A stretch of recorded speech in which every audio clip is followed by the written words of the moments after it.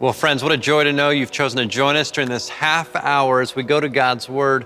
In fact, as part of Bel Air Church, it's a joy to preach every Sunday. As a church family, we've been following Jesus in Los Angeles and around the globe for the last 67 years. And we want you to consider yourself part of Bel Air Church wherever you live. And that this half hour is just a part of the whole week where together we get to follow Jesus Christ every day and everywhere with everyone. At the end of the service, I want you to consider how you might get more resources in your journey of faith, wherever you are and whoever you are. But right now, we're going to go to Luke chapter 19. We're continuing in a sermon series. The title of that sermon series is called He, Jesus, He Sees Me. And it's a great reminder that all of these encounters that Jesus has through the 3 years of his earthly ministry, as an adult, before he goes to the cross, before he gives his life as a sacrifice for the world, that as he encounters women and men, young and old, people who have experienced brokenness, people who are at the upper echelons of society, that Jesus, he doesn't have a formula. It's not like he comes the same way into every person's life, demanding the same things or saying the same things. He's not a copy and paste sort of king, but ultimately, he sees people. He fully knows them, in many cases better than they know themselves, better than the world knows them, but at the same time truly loves them. There's this great quote by Pastor Tim Keller. He's passed away recently, but he says, one of the greatest fears in life is that we would be fully known and not loved. I mean, how exposed are you when someone fully knows you and then they don't love what they see? But also, it's very superficial to really be loved but not really known. But he says the love of God is altogether distinct in that God fully knows us and truly loves us. And that quote is really an inspiration to study the life of Jesus to see, yes, in the same way that Jesus sees them, in the same way that Jesus fully knows them and truly loves them, my hope and my prayer is that you would be able to say, Jesus, you see me. You fully know me. Better than I know myself, better than my friends, my family, my coworkers know me, and you truly love me. You love me in the depths of who I am. You love me despite and not because of certain things that I've done or haven't done, but you simply just love me because you love me. And so today we get to an amazing life, a life that you may or may not resonate with on the surface, but I believe there's some beautiful things that we can discover and uncover as we look at the life, the very short description of Zacchaeus. Now, as a kid, my parents used to take me to church, and the only song I remember is this song about Zacchaeus, a wee little man was he. And all I remembered about this guy was that he was short and he climbed up in a sycamore tree to see Jesus. But we're going to discover much more to the life of Zacchaeus. And there's 3 things that I want to point out that I see in the life of Zacchaeus, that perhaps Jesus saw in the life of Zacchaeus, that he entered into his life. And last week I preached on the encounter that Jesus had with the rich young ruler. You can go to our YouTube channel, simply search for Bel Air Church and look for that sermon, The Rich Young Ruler. And in that sermon, I talked about how the rich young ruler, of course, was wealthy, but he had been living a holy life. He had been living a life filled with integrity. We're going to discover that Zacchaeus is completely different. We also saw that there was a hole in the life of the rich young ruler. God was no longer the centerpiece. God was no longer on the throne of his life. That wealth and possessions and the love of those things had become more important than his love for God. And ultimately, Jesus saw that and distinctly said to the rich young ruler what he never says to anyone else: I want you to sell everything, give it to the poor, and then follow me. We're going to see that Zacchaeus offers to do that thing, and Jesus responds very, very differently. And so I'd love for you, if you didn't listen to that or watch that last week, that perhaps today or this week that you would get caught up on that, because when you see both of these next to one another, it further emphasizes the point that Jesus meets each individual, meets you, meets me, right where we are, exactly in the way that we need. Not might be what we want, but that which we exactly need. So let me read for us. This is Luke 19, verses 1 through 10. He, this is Jesus, entered Jericho and was passing through it. A man was there named Zacchaeus. He was a chief tax collector and was rich. He was trying to see who Jesus was, but on account of the crowd, he could not because he was short in stature. So he ran ahead and climbed a sycamore tree to see him because he was going to pass that way. When Jesus came to the place, he looked up and said to him, Zacchaeus, hurry, come down, for I must stay at your house today. So he hurried down and was happy to welcome him. All who saw it began to grumble and said, he has gone to be the guest of one who is a sinner? Zacchaeus stood there and said to the Lord, look, half of my possessions, Lord, I will give it to the poor. And if I have defrauded anyone of anything, I will pay back 4 times as much. Then Jesus said to him, today, salvation has come to this house because he too is a son of Abraham. For the Son of Man came to seek out and to save the lost. This, my friends, is the reading of God's word. As we say every week, thanks be to God. All right, the 3 things I want to point out here. First is Zacchaeus' unholy life. Number 2, Zacchaeus, who was visibly vulnerable. And then finally, number 3, Zacchaeus, who wholly welcomed Jesus. So first, let's take a look at his unholy life.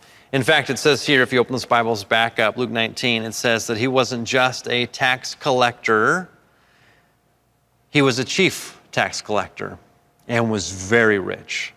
Now, we must understand, of course, in our modern culture, especially here, if you're with us in the United States, a lot of people who work for the IRS rarely say they work for the IRS. They say, I work for the government. There is this view, even in our modern world of the tax man, the tax woman is being something that, isn't the life of the party, isn't someone whom we really have a fond affection for. But it was infinitely worse in the first century because tax collectors, in this case, Zacchaeus, as a Jewish man, wasn't a tax collector working for a Jewish government. He was working for a foreign government that had come in and had overrun, who had overpowered, who was now oppressing the people of Israel. This is now the Roman Empire. And they are extorting the people to pay for the magnificence of Rome. I mean, we can go to places around Rome, around Italy, Greece, the Roman Empire, all the different places in that region of the world, and we can see remnants of the Roman Empire from thousands of years ago. How did they fund it? On the backs of the civilizations and the people that they conquered, that they oppressed, that they extorted. And here we have the Roman Empire has overrun this region, and they are building their empire on the backs of these Israelites, much like Pharaoh did thousands of years before that. And yet there are people in the midst of the Jewish people who have now seen this as an opportunity to get ahead, seen this as an opportunity not to be squashed, but to be filled up.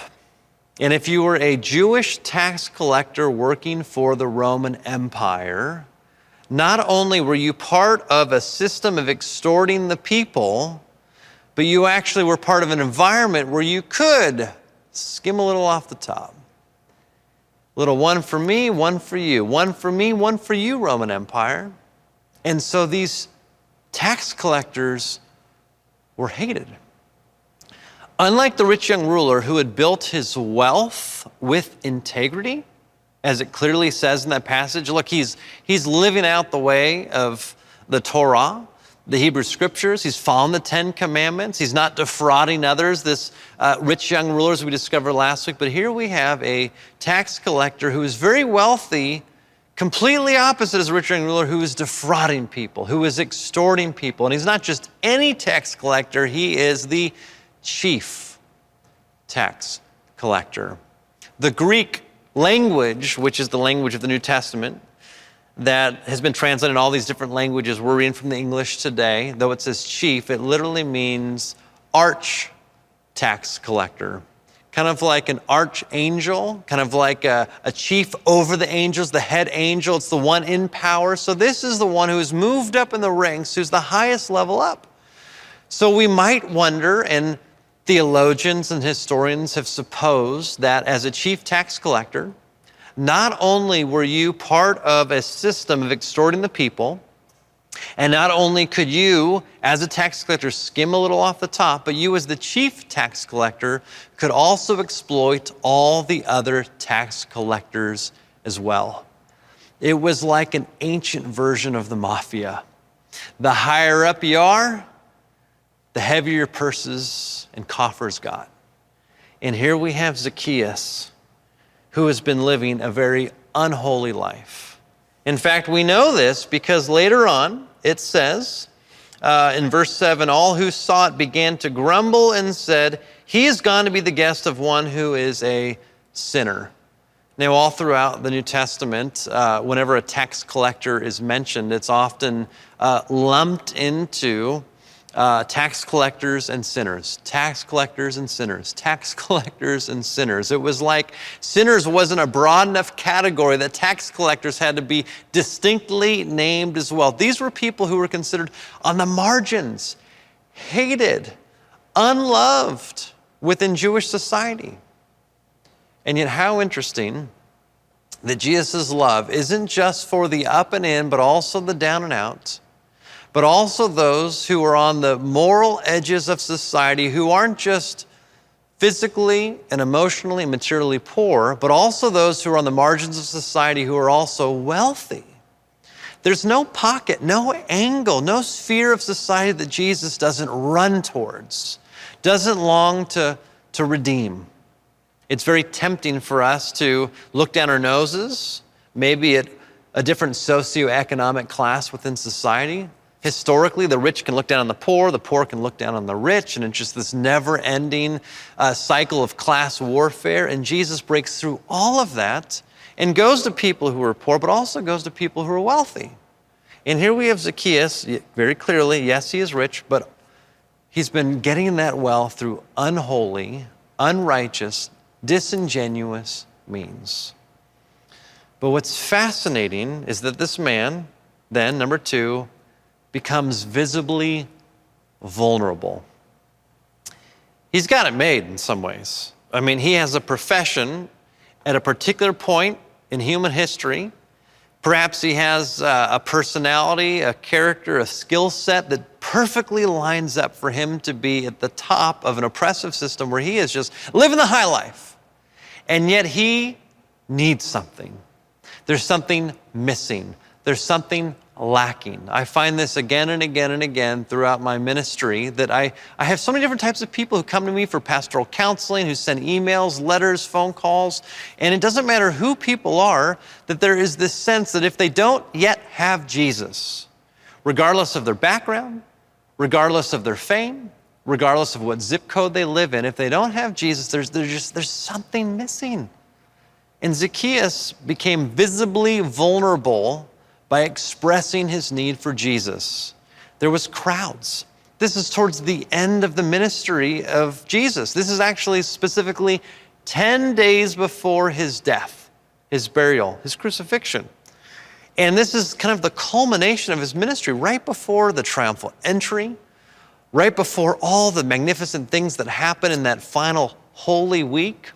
Jesus is moving throughout the crowds in Jericho, and this short man who's been living an unholy life wants to see Jesus. And it says that he doesn't saunter. It says he doesn't, tiptoe. It says in verse 4, he ran ahead. In the ancient world, men didn't run in public. We live in a different culture right now in the 21st century. That people are trying to catch buses, trying to catch trains. People are out for a jog on their lunch break. And so we see people run all the time. But in the ancient world, people didn't run. This man was running. He runs ahead of the procession that Jesus is leading, disciples and people following. And there's so many crowds that he knows that he's not going to be able to see Jesus or be seen by Jesus. And so he climbs a sycamore tree.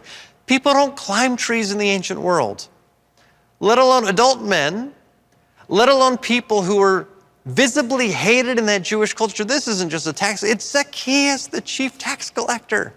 He is visibly vulnerable. That is how desperate he is for Jesus. He doesn't care. He just needs to see Jesus. And so he climbs this sycamore, and I believe Jesus sees him in his vulnerability. And it's a great reminder that for you and for me, that there's something beautiful that can happen when we open up our hearts and are vulnerable. You know, I love the author and researcher and speaker, Brene Brown. You know, she's written a lot on vulnerability. In fact, she's done a lot of her research on vulnerability at a time where not many people study vulnerability.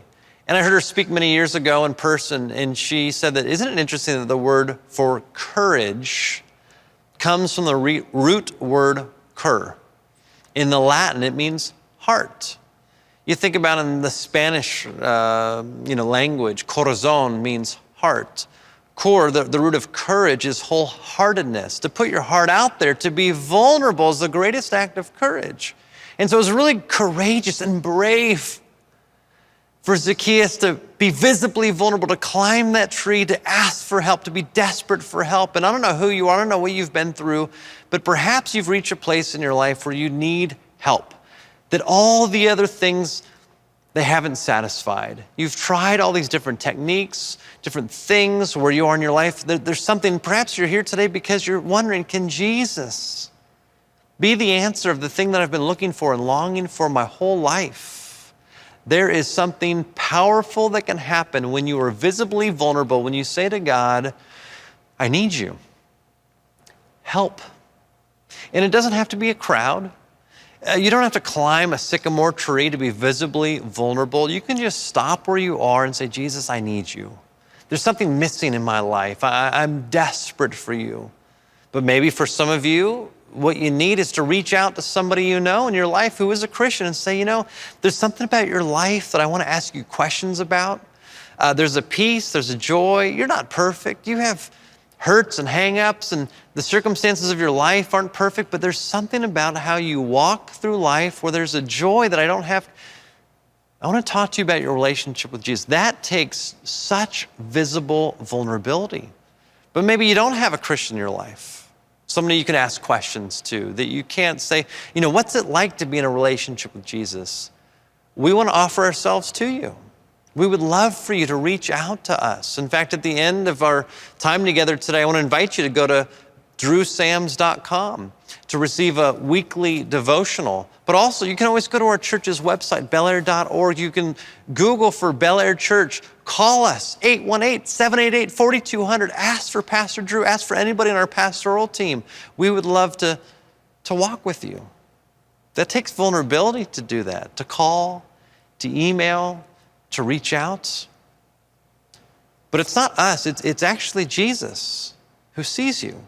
And as a church, we simply just want to be the hands and feet of Jesus. So Jesus sees this man's unholy life.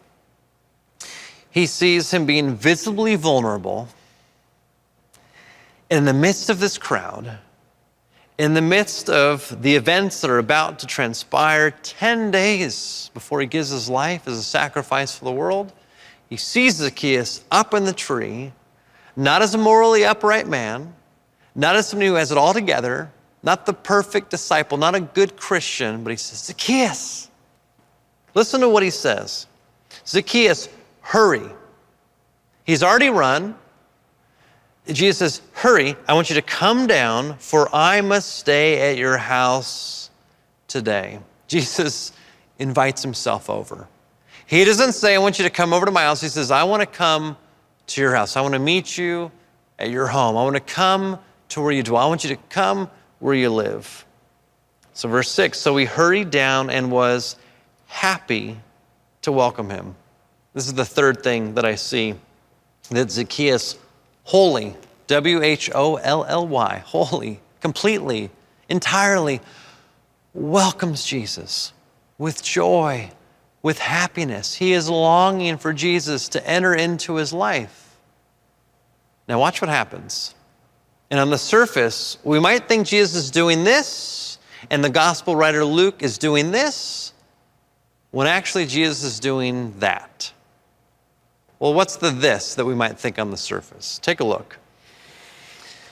In verse 7, after People are grumbling. It says in verse 8, Zacchaeus stood there now in his own home, in which Jesus has arrived. And Zacchaeus, realizing, acknowledging his unholy life, acknowledging how he has defrauded others, he has oppressed others, he has swindled others, he has exploited others. Perhaps having heard rumors, I don't know, of what Jesus said to the rich young ruler. Look, I want you to sell everything and give it to the poor. Zacchaeus makes a promise to Jesus of something that he will do in the future. He hasn't done it yet. He says this, verse 8, look, half of my possessions, Lord, I'll give it to the poor. I'm going to do it, I promise. And if I have defrauded anyone of anything, everyone knows he has. He knows it, Jesus knows it, everybody knows it. If I've defrauded anyone of anything, I promise, I will pay back 4 times as much. And on the surface, we might think, he gets it, unlike the rich young ruler gets. You know, the rich young ruler didn't give away his possessions. We know him for the things that he was unwilling to give away. Now you have someone willing to give away, not all of it, but half of it. Doesn't that count, Jesus? And we might look on the surface that Zacchaeus is the man that the rich young ruler couldn't be, but that's not the case. This is not what the gospel writer Luke is trying to impress upon our hearts as to what it means to be a follower of Christ. This isn't even something that Jesus acknowledges. You see, if Jesus cared about that, he would have said something like, okay, so go do it. Go sell half your possessions, pay back 4 times as much the things you've exploited from others, and then come back and let's talk. This isn't the thing that Jesus is after. This isn't the thing that Jesus wants us to be after. Over here, that, not the this, but the that, is what Jesus says next. Not even acknowledging what he promises he'll do out in the future, he says something that has already happened. You see, Zacchaeus speaks in a future tense, and Jesus responds in a past perfect tense.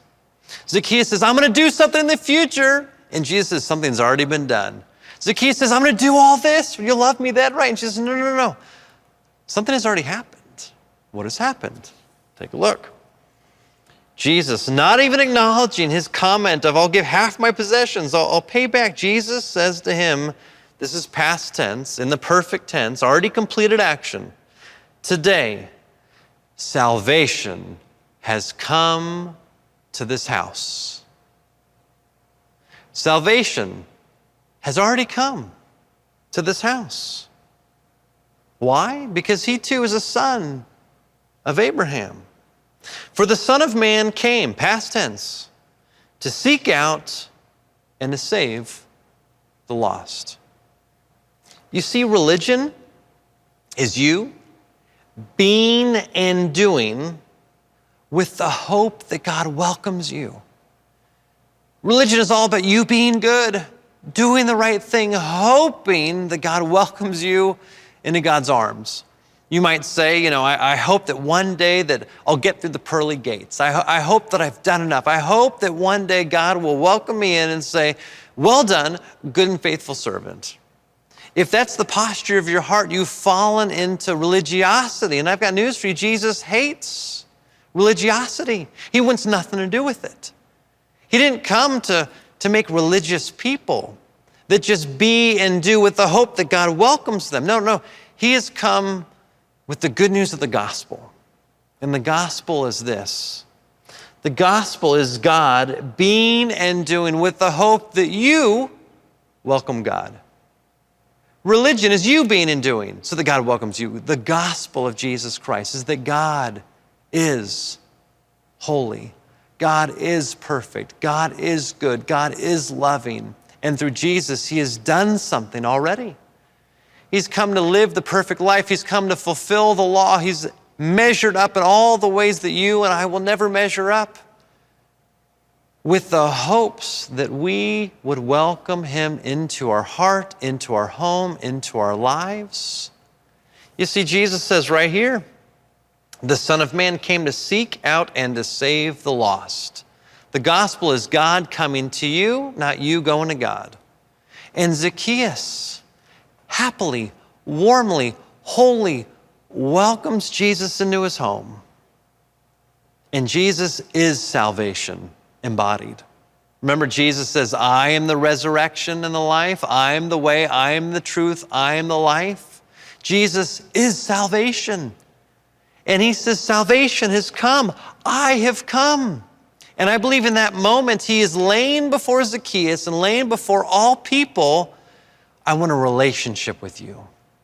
This isn't about you going out and doing more things, selling half your possessions, paying back. No. This isn't about you measuring up or making your way back in. No. I have come into your home. In the same way that Jesus came into the home of Zacchaeus and his salvation, and I believe Zacchaeus warmly welcomed him and was transformed in that instant, Jesus come into your home and wants to flourish through your life. Would you happily and warmly welcome him the way that Zacchaeus did? It doesn't matter if you've lived an unholy life. It doesn't matter if you're on the margins of society. It doesn't matter if people hate you. In that vulnerability, God sees you. He calls you by name and says, I want to be with you. He's come to seek and to save the lost. As someone who has received Jesus into my life, I know the transformation that comes when you warmly welcome him.